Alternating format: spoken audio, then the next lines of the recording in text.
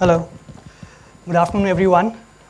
Thank you for joining us for this exciting panel on a very hot topic, next-gen recruitment leveraging AI and hybrid strategies for talent acquisition. As we all know, the recruitment landscape has been evolving dramatically in the last few years, especially with the advancements in the artificial intelligence and the growing need of hybrid recruitment and the increasing role of data-driven insights. Organizations are just not rethinking to attract talent, but they're also thinking about how to engage them. And this transformation isn't just about technology, it's about how we balance the human element with these innovations to create more efficient, inclusive, and a personalized experience. Today, we as a panel are going to deep dive into three key themes. First, we will explore how AI and machine learning are being utilized to identify and attract top talent more efficiently. Then we will discuss the role of hybrid recruitment models, particularly how to balance virtual and in-person engagements in ways that benefit both candidates and employers. Lastly, we will examine how predictive analysis, analytics, and data-driven insights are enhancing the overall candidate experience and helping organizations become smarter and take more informed decisions. We are fortunate to have with us an exceptional panel of experts who bring a wealth of experience and knowledge in these areas. We'll introduce ourselves very shortly, but first, I would like to emphasize that this conversation is not just about future of recruitment, it's also about how we as HR professionals, educators, and policymakers can shape the future today. Our panel will speak for about 30 minutes. It will be followed by a 15-minute Q&A session, so I would encourage you to keep your questions ready. So I'll first start with Swati to introduce herself. Hi everyone, I'm Swati Sawhney. I take care of employer branding and campus across Southeast Asia, Oceania and India at Ericsson. I've got about 13 plus years of experience when it comes to HR field with talent acquisition, early career talent as its focus. And I look forward to having a wonderful conversation here with the panelists. Thank you, Swati. Anshul? Hi, good afternoon. I hope we are not after the lunch, so you've taken your lunch and you're settled now. So, and please keep your eyes wide open because this session is quite interesting. Just to introduce myself, my name is Anshul. I work with a BPO, ITS, IT organization called First Source Solutions. I've got around about 23 years of experience, and I was sharing with panelists that I've hired 500,000 people already. So please use the experience, ask questions as much as you can. Thank you. Thank you, Anshul. Payal? Hello. Hi, I am Payal, and I am currently leading talent acquisition for Asia Pacific for International Data Corporation. I have close to 20 years of experience with the 13 years focused on talent acquisition. So really looking forward to an era of AI as an enabler, and I will reiterate the word enabler, and definitely a more humane approach to work. Thank you. Thank you, Payal. Parul? Hello everyone, good afternoon. Hello? Yeah. Good afternoon everyone. My name is Parul Kataria, and I am the Vice President Talent Acquisition at EXL.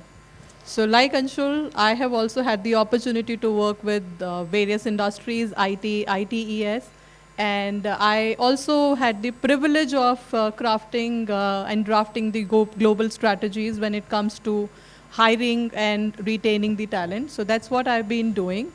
And today's discussion, I'm really excited because this whole technological advancement is very close to my heart, and I'm very passionate about AI and data and the predictive analytics.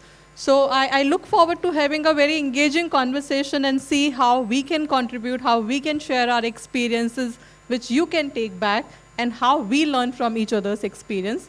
So thank you so much. Thank you, Parul. Last but not least, myself. I think a lot of you would be wondering, what this guy has been doing since last 2 days in this summit. I belong to HR background only. I have been working with the consulting organization for the past 12 plus years, and I was leading the talent acquisition for Asia Pacific for one of the global consulting firms. And right now I'm trying to explore different things in my career. And I have worked across global regions, all across APAC, EMEA, North America, UK and Ireland. And my expertise lies in talent acquisition, followed by a lot of change and transformation work, which we have done, especially when it comes to mergers and acquisitions. And in my previous organization, I was also the global process lead for change and transformation for talent acquisition. Having said that, introductions keep on changing. And today it's the time when we talk about AI. So my first question is for Parul. How is AI currently being used to identify and attract top talent, and what tangible benefits have you observed so far? So I said that AI is very close to my heart, and the sole reason being, when I look at the journey, when I look back, how recruitment was done earlier. It was through the print media, it was through personal connect, it was through headhunting, and then suddenly there was a shift. We shifted to implementation of applicant tracking system, then the video interviews, and then this COVID changed the way we looked at world, in the past. We thought, work from home, hybrid is just not possible. The digital advancement cannot be done overnight, but everybody did that. So when we talk about AI, it has actually transformed the way we hire talent in multiple ways.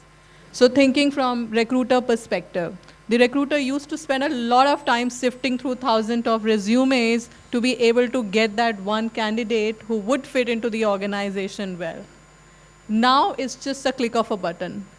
So thereby the recruiter is become more efficient, and that time that the person is able to save can be actually applied or utilized in some of the more productive work. When we talk about from the candidate perspective, candidates were at the mercy of recruiters. They used to wait for the feedback, how the interview has gone, and they kept waiting, and the recruiter probably did not have time to make a call. But then it's the real-time tracking. So from a candidate perspective, it's the elevation of the candidate experience that AI has helped. There are chatbots which are there. There are other tools and platforms which are available, which are actually helping us elevate that kind of an experience for the candidate. Now think from the hiring manager perspective.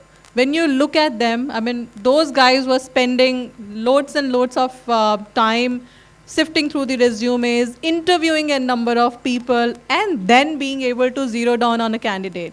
But with the implementation of AI, they know which is the closest match to the kind of person or the role that they have to hire, thereby reducing the number of candidates they were interviewing, because those are now already being filtered by the AI platform. So I think these are some of the tangible benefits, and this is what AI has done to talent acquisition, or the way we used to look at talent, or the way we hire talent. Absolutely. I think that's very true, because the way the hiring is happening these days across the industries, not just in India, but across the globe, I think we can very well see the tangible benefits. And of course, during this discussion, you will get to know more about how it is going to impact you as people who are actually at the forefront of the students, because you are the people who are helping them, guiding them through their processes. With that, we'll move on to the next question. That's for Payal. What elements of the hybrid recruitment model have proven more effective in creating a seamless experience for candidates, and how can organizations maintain flexibility? Thank you, Achint. So I think my answer would overlap a lot with what Parul was saying. When he says seamless experience, what are the elements of a seamless experience usually?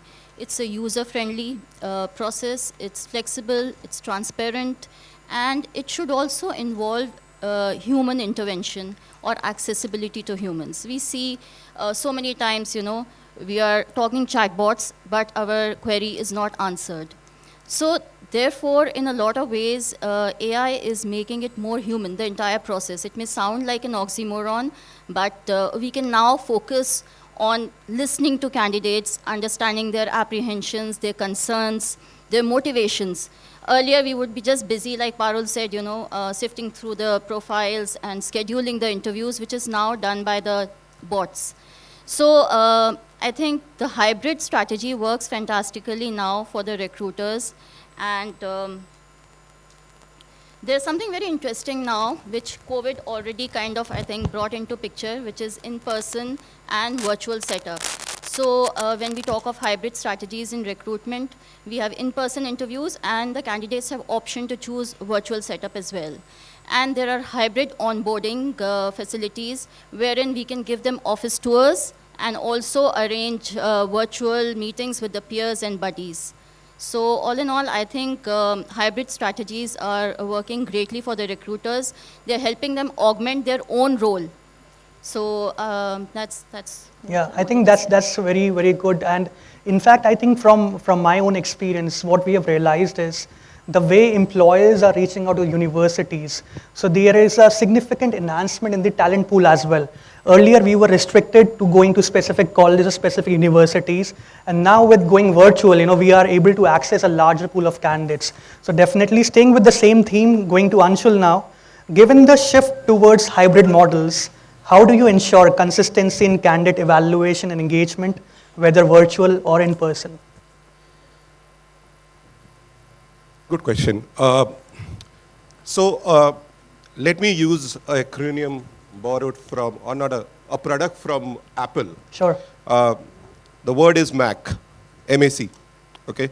What I mean in here, M stands for candidate management, A stands for candidate assessment, and C stands for candidate customer experience. Sure. Not candidate experience, but candidate customer experience, because for us, I treat all my candidates as my customers. Or probably clients.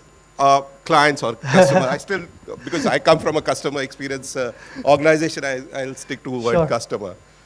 So guys, so what I mean by candidate management is, right from the time a JD is created, till the time customer gets onboarded. And trust me, we are in that phase where the entire, and I think I'll speak more about it later, but the entire evaluation, entire assessment, entire management, entire customer experience is going to go online.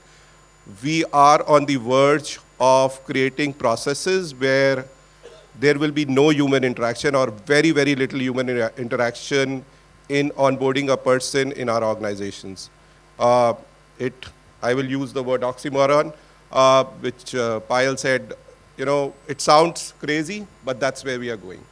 Sure. Two keywords in each of these sections: candidate management, the way you are treating the candidate once he enters, candidate evaluations, whether it is hackathons or voice assessments, everything has gone online. Yeah. So nothing is dependent on a recruiter. We talk about unconscious biasness, but I think that's getting improved with these tools. True. The biasness is going away. It's not more that I had a fight with my wife or my spouse earlier, so all the candidates I'm rejecting. So that concept is gone. So whether you fight, you don't fight, you will still select the right candidate. Absolutely, absolutely. Yeah. And then the candidate experience, trust me, candidate is the customer is the king today. You don't respect them, they will walk off to the other. India is the fastest growing economy. It will still be there for the next 10 years. So people who are trying to go abroad, my 2 cents are don't go. Stay here. We will develop this country, and with your help, I think it will grow further, bigger. That 3 number which our Prime Minister has been talking about, we'll reach there. Sure. You want to add something, Parul? Yes, yes. So just to add to what Anshul said, it's all about maintaining that consistency. Correct. Where whether it's a virtual kind of a setup or it's a in-person kind of an interview. So how do we do it is bringing in that kind of a standardization in our assessment methodology. And when we look at what AI is doing to us, or the technology is doing to us, is that we get to know a lot about the candidate that we are going to interview or assess well before time. So then you can basically craft or draft the questions based on the competencies for the role, based on the candidate's behavior pattern, based on candidate experience well in advance. So like he said, it's no more, bias that I have had a fight at home and then, the person who's going to get interviewed is for certainly going to get rejected. So I think that's something which is completely eliminated. But I think the key is bringing in that kind of a standardization in our interview methodology, in the overall assessment methodology, so that we ensure that we are picking up the right person, right talent, irrespective of who is interviewing, what role the person is being interviewed. Absolutely. I think the key over here is to understand that how to use this technology. Rather than being afraid of being fearful of AI, we need to understand that there's a proper usage of AI as well. And I think in multiple organizations we are seeing that AI is implemented, whether in form of assessments or video interviews, and it is actually helping to an extent that a lot of organizations are reducing their time to hire by 50% almost. And that gives recruiters time back to focus on engagement piece. So with that on AI, I'll move on to Payal. Payal, with the rise of AI in recruitment, we have been hearing about a lot of ethical considerations and biasness and all that. What ethical consideration biases should organizations be aware of, and how can these be mitigated? Thank you, Achint. A very good question. That's right. So while there are numerous benefits that we draw from use of AI, we need to be aware of the ethical concerns and the biases that can come in. So the historical data that the AI uses could be seeded with race, gender, or educational qualifications preferences. We need to be aware of this and ensure that the training data that comes in from a diverse group of representatives. So that's one. The second thing that we can do to maintain this check is regular audits, third-party audits. Then the second part was the data privacy. Since there is so much data with AI, we need to ensure that we are compliant as organizations with GDPR, with Consumer Protection Acts, and we use the data only for the intended purpose. So the disclaimers are very, very necessary. When we say, you must be reading so many times that, this data will be used only for this purpose, and it should be deleted thereafter. So this is how we need to remain compliant as organizations. Sure. Thank you, Payal. The next question is for Parul. How have predictive analytics reshaped the ways company personalize the candidate experience from job searching to onboarding? See, we really need to understand first what is predictive analytics.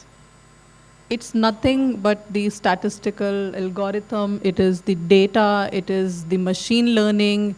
And what is machine learning? It is reading the data or learning from the data which is fed into the system. So that's what predictive analytics does.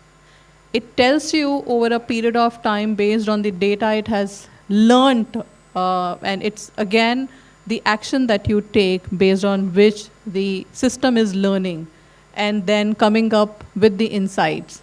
So when we talk about the predictive analytics, it is the decision making based on the data and the insights that AI is now giving us. When we talk about how organizations are utilizing it, so if you look at today, if I want to hire a person, I have come up with the competencies, but then I really want to be sure I want to reduce risk to an extent wherein I see that it could be a win-win hire, win-win situation for both the parties. So how do we really do that? We create the success profiles. Now, depending on how the past hiring data has been, the kind of individuals that we have hired, which all organization, which all geographies, which all industries, and how they have performed over a period of time. Based on that, the decision making is done. So it is all data-driven decision making. Now if we look at from the job search perspective, how does it benefit a candidate? So as a candidate, earlier I was just putting in the keywords, looking for a role, and the system used to throw n number of results. But now the machine has learned, the system has learned, AI has given that kind of a power that it understands what are my interest areas, what is my experience, which all organizations I have worked. And based on that, these are the personalized job recommendations that could be there, which means that I don't really have to go through 10 jobs which appear on the page. It tells me based on my experience, qualification, and the role that I have played in the past, these are the most appropriate roles that I can apply for. Now, from the assessment perspective, how has it helped? As I was adding to what Anshul said, the assessments are now more clear in terms of it's not that, interview panelist is sitting and interviewing and asking questions and then the candidate says, oh, it is out of syllabus. So that has also happened in the past. But now these are more appropriate, closer to how the candidate's profile is, and the competencies are listed well before the interview is done. Similarly, when we talk about the offer process, or earlier we were not very sure, whether the person will join or not join, and I spoke about creating those success profiles. So we know that if I get a combination of A plus B, then the chances of this person being onboarded is higher than the other person. So that's what predictive analytics has done. Similarly, when we talk about the onboarding piece, I know, the system tells us how we can keep the employee engaged, what is of his or her interest. So those are some of the technological advancement that AI and data has actually made over a period of time. And I would say that it's a blessing to everyone. It's a blessing to the organization because, if you just think, right talent, at the right time can do wonders, can transform the organization. So that's what data and AI has done. Absolutely. Swati, you want to add something? Yeah, actually I want to add something that both Parul and Payal had mentioned. So yes, AI has helped recruitment processes to the best of its ability, and we are able to manage not only our internal processes, but also create a wow factor when it comes to experiences to the people involved during the process, whether it's hiring managers, internal recruitment people, or the candidates. But we would also like to, I would also like to highlight that there are pluses and a bit of area which we should also be mindful of, that the access to AI is also for everyone, right? So the skill sets, the ability, the core ideation of what the role looks like is also available for all. So creating CVs with the help of AI sometimes become a problematic situation for people like us. True. And there's hence the human intervention, the human accessibility to be able to differentiate between what's the actual skill set versus what's written is something that we should be eyeing for. Absolutely. Absolutely. Staying with you, Swati, what key data points do you analyze to measure the effectiveness of your recruitment process, and how does this data translate into improved candidate engagement? Well, good question. I think I would resonate to what Parul just mentioned. There is a significant segment of what we can do in terms of capturing data. So in today's world, I think every organization has AI as a factor of their recruitment processes, whether it's updating job positions to selection of CVs, to selection of candidates, interview process, and so on. And overall translating it to be converted into the total time to hire process, which is the major key to understand the gaps in the process where we can update and provide that candidate experience to Sure. our people. But what I feel is what we've done so far in my personal experience with Ericsson is we've focused on three major attributes: pre-engagement, recruitment journey, and post-hiring analysis. So I think the first two was pretty straightforward, and but what we do with post-hiring analysis is we measure the quality of hire through AI.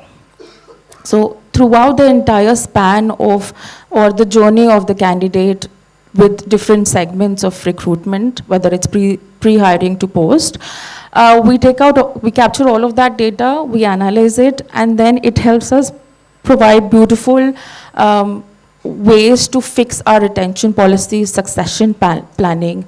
It helps us provide proper skill set management to our employees, and also to an extent that we're able to redeploy people according to their skill sets.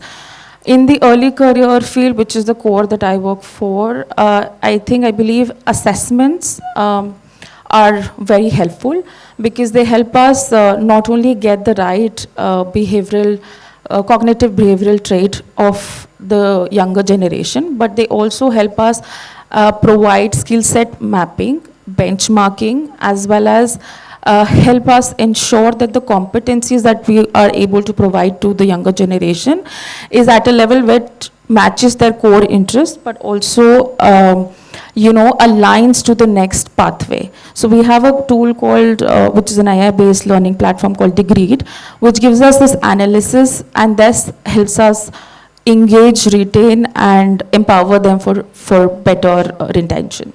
That's great. I think we've covered almost 6 questions, and one of the key themes I'm seeing is there's a heavy focus on the experience of the candidates. No matter what industry you are in, no matter what organization you are in, but every organization wants to focus on giving a great candidate experience, and it is specifically very important for this audience because all of us are involved in early careers hiring or early in talent hiring or campus hiring. And that's where majority of the focus is to give them that experience. That's because it's their first job, right out of their college. So giving them great experience, give them the feel about the culture of the company, how they can grow within that culture, and obviously it helps them imbibe the social skills as well. So with that, I'll move on to Anshul. Anshul, how can AI and data-driven insights be integrated with hybrid recruitment models to provide a more personalized and the efficient hiring process? So I think Parul covered major, but let me again go back to this word predictive analytics. That has helped us a lot. So we already have employees in the organization. We map their entire journey and then go back to the possible hires and then see how much is it's matching as well. Sure. And it's an interesting science, and I don't know, professors can connect with it, but it's an interesting science the way we are doing the NLPs over there, using the NLPs over there and coming to the right profile. Sure. That's one. Again, coming back to the candidate experience, Swati touched on it. That's again another piece that we are doing. So it's largely connecting every dot, every place. And again, that Mac doesn't go away. So the MacBook stays with us. So the Mac is the primary fundamental, and over that we keep on building. Sure. 2-3 things from this crowd that I want to especially ask is, and I want some questions also on the candidate experience. I see the logo of EduSkills, for this seminar. I think we need to embrace, and Swati touched on it, how do you embrace the people coming from college to campus? The beautiful, again, analytics used over there, how do we do it? And it's no more one shoe fit all. So for one college or one set of folks, it will be different. For another, it will be different. And that's the way we are changing our strategy. So it's no more one single strategy to hire one college or one set of people. The set of people still remains a bucket, but the day will be, it will be individual. So for Anchit, it will be different. For Swati, different. For Payal, different. And that's the way the world is moving. It's pretty customized. It's not one shoe fit all. Absolutely. Thank you so much, Anshul. Last question for the discussion today for Swati. With AI and analytics transforming recruitment, how can policy makers and academic institutions, people who are sitting over here, collaborate with industry to build a talent pipeline aligned with the future workforce needs? Okay, there's so much in this that I can cover, but with the limited time, I believe I'll just go back to the experiences that we all had. I mean, while I was in my university, and then even if I interact with students today, I think the major gap that I feel is students still don't 100% understand what they want to do, or what one particular company does, what is the role, what is the future of that role, and all of that things. I think we resonate more to our peers, our friends, what my parents have guided me, what my teacher believes that we should do. I think it's more aligned to that, and this is the gap that we need to really work on. We need to make sure that there's a very strong partnership between industry and academia. So there's a clear set of understanding of how students are aware, or the younger generation is aware of what's out there for them and which is the right platform for them to pick up for a better future. I think that's one. I also feel that moreover, there could be a stronger partnership when it comes to aligning course curriculum to a manner that is ready, that defines ready skill sets for the future. So for example, if company like ours within the ICT industry focuses, we know what are the right skill sets of the near future, right? If we work very closely with the academia, we'll be able to not only utilize the time of students within their graduation year, we'll be able to upskill them at the right moment and create a talent pool for the future companies to pick up and give a stronger sense of belongingness to everyone, because the students would then be able to pick up jobs that they aspire to be at, and they'll fit into the right skill set. From a policy maker perspective, I feel, and this is my personal ideation, that there could be a standard framework that fits industry-wide, that could define roles versus compensation, because then the focus would majorly be on the kind of role people would want to aspire, and not about the brand and the compensation or the numbers attached to it.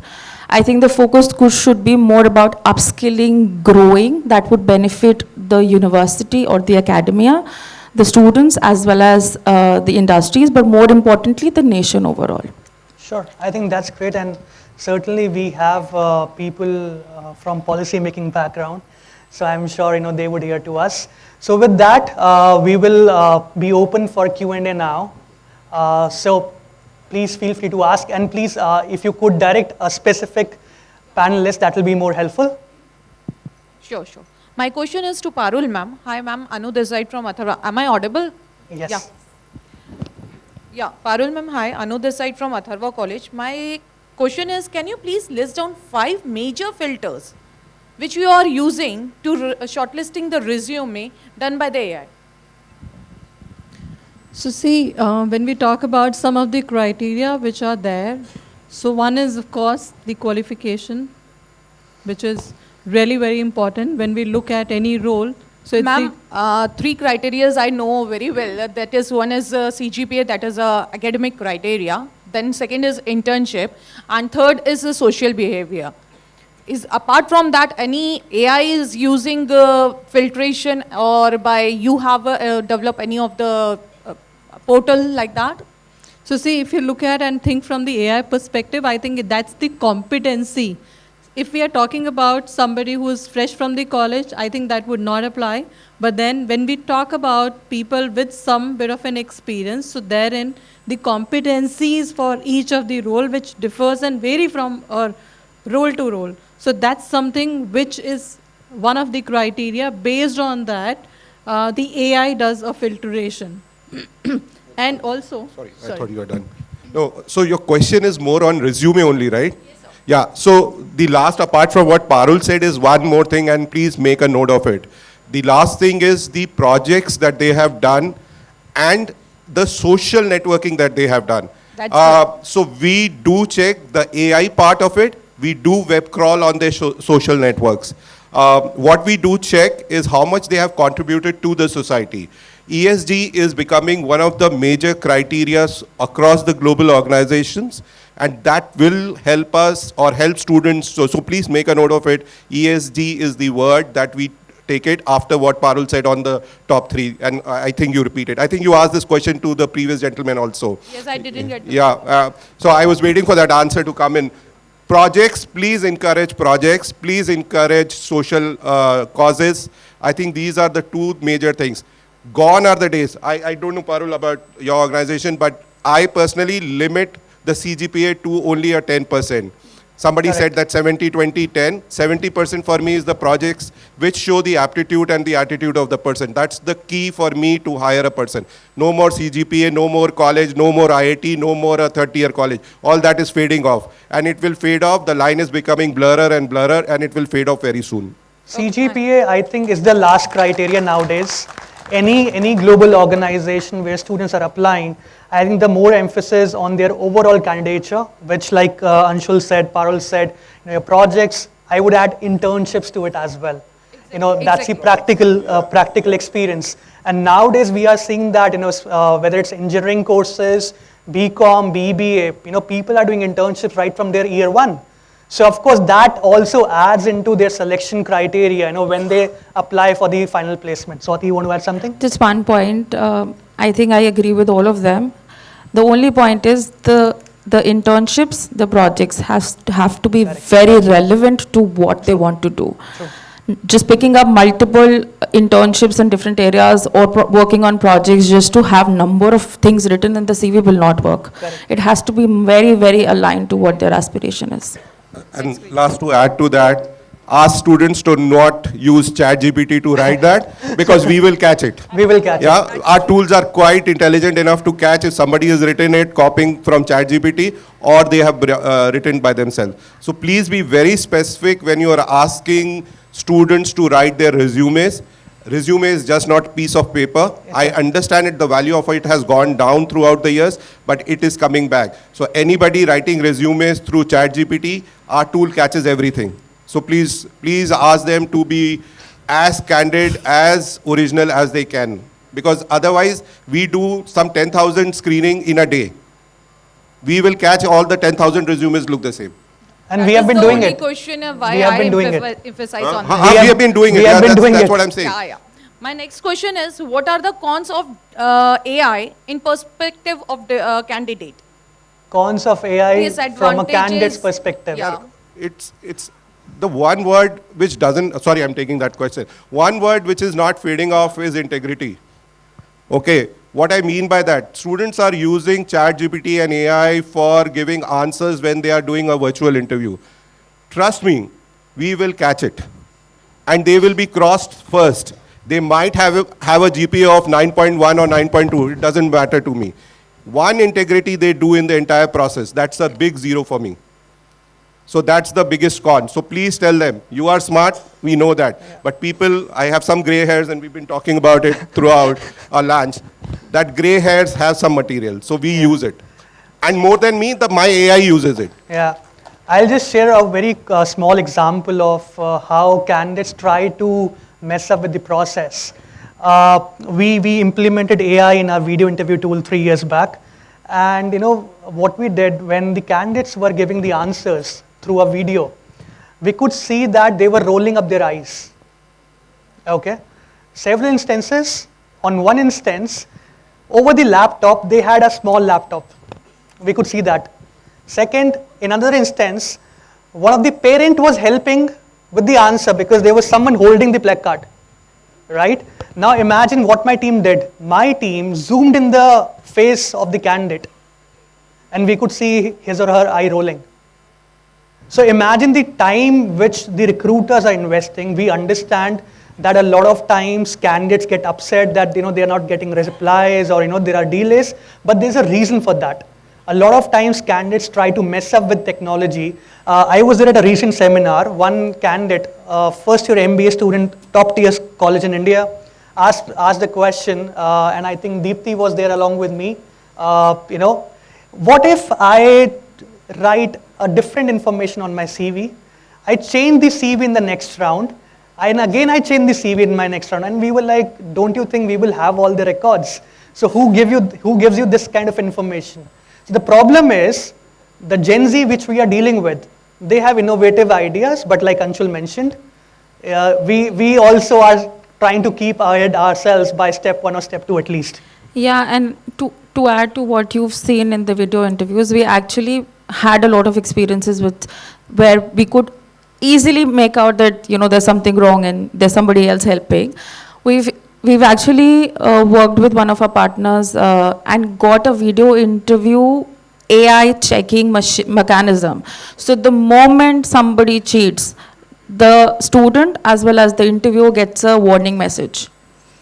So that's where the story ends. And then the credibility of the student and the sort of examples that we get from couple of areas then becomes a bad experience overall.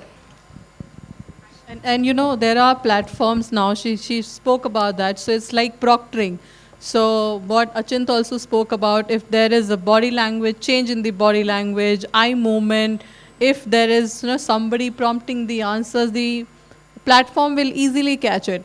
And now one of the from the candidate perspective is that earlier probably the record was not maintained. Now with the platform, everything is getting recorded, everything goes to the repository. So once this kind of a thing is done, so then the person is blacklisted or will not be considered over a period of time. So that's a con from a candidate perspective, but then a blessing when we talk about from the organization perspective. Yeah, and I think it's a sincere request from all of us, all the HR people, there are TA people also sitting in the audience, to all the people, all the university representatives that, when you guys guide your students for the placement process, do talk about integrity. Do talk about honesty. I think, I'm unsure how many of you have gone through the Future of Work Skills study done by World Economic Forum. One of the key skill, or the top 10 skills, do focus on soft skills part, and storytelling is one of them, empathy is one of them. Similarly, honesty is also there. So I think that's what we all organizations are looking forward to. And yes, we understand technical skills are important, but I think post-COVID we have learned soft skills are equally important or maybe more. Cognitive skills are not going away. Correct. We'll take one more question from the audience and then we'll wrap up the panel. Anyone? Hello. Yeah, this is M. Sandeep, TPO of MVR Degree and PG Colleges, Andhra Pradesh, Visakhapatnam. I have here two questions. Number one, with the AI-based interviews, how the AI can interpret the non-verbal cues like tools, tone of the student, or facial expressions, body language, or it may be emotional intelligence, how that AI can interpret all these things. And the second question is, see, the AI-driven recruitment tools require access to the personal data of the candidate or maybe the organization. So how it will give us the security of data? Sure. So first question is around how AI can really understand the body language and all the discrepancies which we see, the messy thing which they do with the AI video interviews. So that's the first question, how AI understands this aspect. Second is around the data management piece that, AI does take away a lot of personal data. So how do we manage that aspect as an organization? So see, when we talk about the first question, so there are, as I said, technology is the only thing, or I would say that change is the only thing which is constant. And when you look at this entire digital, transformation started from where it was to where it is, every day technology is changing. And when we talk about some of the AI-driven platform, you are saying how it is being done, and we are evaluating platform, wherein this is being done. So when we talk about impersonation, so that's exactly what we are talking about. So gone are the days wherein, we were skeptical whether we should be doing a video interviews, because we were not very sure, is it the same person who's interviewed and joining? But now there are platforms which are available. They read the facial expression to the extent that they, read the facial contours also. So the platform tells you that you are appearing for an interview, hold your ID card, they'll look at the ID card, they'll, do the face scanning, and then they'll throw the result, it matches 100%. During the interview process, there are facial screenshots which are being taken during the interview. And if, the machine is, or the platform is that smart, and that's why we say that, it's a intelligent system that we have in place, wherein it records, captures every moment of an individual who is doing an interview. And it takes those snapshots at a regular interval and then reads those. And these are the, the algorithm which are there at the back end of the system. And I'm not an expert that I can tell you which algorithm works. Yeah. But yes, I can tell you, because we are assessing and evaluating some of the platforms, and this exists in the market, and there are not just one, two, but then every day they come up with one or the other, and every tool is better than other. They come up with lot many other features which probably the existing tools are not offering. And to cover the second question, they are being compliant as per the law of the land regulation when it comes to data privacy. So when we talk about the GDPR, so these platforms that we kind of shortlist or enroll or sign up with, they are GDPR compliant, which means that it is their responsibility to ensure the data which gets recorded or captured. One, there is the declaration from a candidate which is being taken at the time of interview, which means that you as a candidate are giving or authorizing that organization to use that data. Now, what you can do is, and now what organizations are doing is, they are defining a time period ranging from 6 months to 1 year. Because that's, usually the cycle time if we have to consider or reconsider that person for a role again. And that time period is defined, wherein we say that after that, there'll be an auto deletion of the record. And that kind of a declaration is signed by the candidate. The candidate is authorizing the organization to use that data only for the interview and hiring purposes. Yeah. So from that way, it safeguards your interest. Again, what algorithm, what data is being, fed and how it uses is something I think the digital experts can tell you. So sure. I'll add that. Okay. So that's very simple here. It's again an NLP algorithm which goes behind it. NLP is nothing what you think the machine is thinking. Simple. Don't complicate it. There are at the back there are another. Sorry, I am come from engineering background, so I can tell you what's happening in the behind. We can have a half-an-hour session outside. Absolutely. I'm sure they want to have that. Yeah, and from an India perspective, we are still waiting for government to notify us. A similar law is getting made on the lines of GDPR. We are waiting for it, but most of the organizations who do this will be compliant because we are compliant to US and Europe economies, which are far ahead of us, at least from a law perspective, nothing else. Sure. Thank you. I think one question was from the question is, yeah. Thank you for, hello, yeah, thank you for the questions you already answered. In the sense, you are covering all the institutions across the India, that without going to the campus, you'll, for all of them, you are given the chance. That is a very good thing which has been stated by you. So my one question is, so since you are telling A and all, so traditionally we do the group discussion, and it's also part of your interview skills, right? So interviewing the candidates. Is there AI can do something which is ignore the group discussion and overcome, or it should be simply to go on as traditionally is done for all these years? So that's the only thing I have to do. So that you can reduce the time of your selection of a candidate. That's it. So what is group discussion doing? It is checking 2-3 competencies. One, your aptitude. Second, your communication skills. Third, might be your, in a conflict situation or anything related to one of the behavioral competencies that it's checking. Any competency check can be done individually as well. It's not necessary to be in a group. If you articulate, and it might be different for me, it might be different for another organization or another, or say Ericsson, it might be different. For me, aptitude, the cognitive skills of running and thinking, being creative, that is the second thing. And third is the communication skills. I check it through other means also, boss. So it doesn't need to be a group discussion. Basic point is checking the competencies, we will do it. So absolutely right, we will not have group discussions which were there as the traditional part. If required, obviously there will be, trust me, there will be a AI developed for that as well. As of now, we don't do it. Yeah, Sure. that's what, because traditionally still many colleges we don't do it anymore. Companies are doing it. That's what I want to So raise the point. basic, why were we doing it? To check these 3 competencies. Of course. These 3 competencies are getting checked in another way. And it is like eating either sambar or eating dal.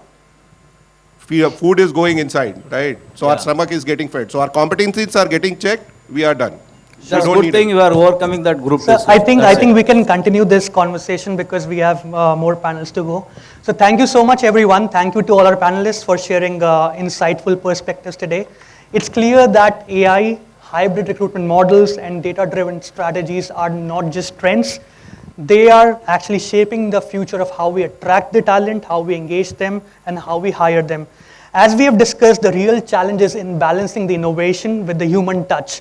While technology can drive efficiency and accuracy, it's our ability to integrate these tools thoughtfully that will create truly meaningful and inclusive recruitment experiences.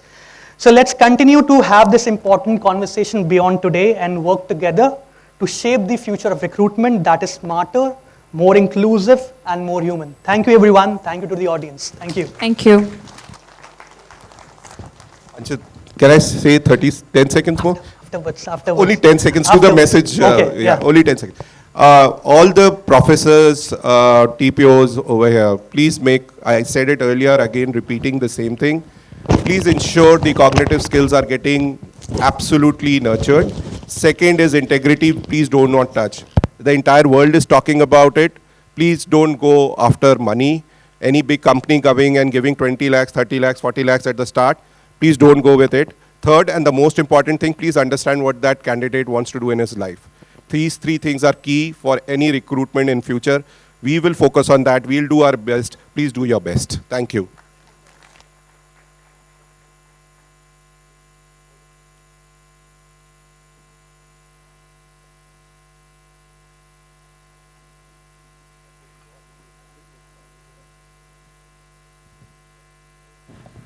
Thank you everyone. That was an amazing session.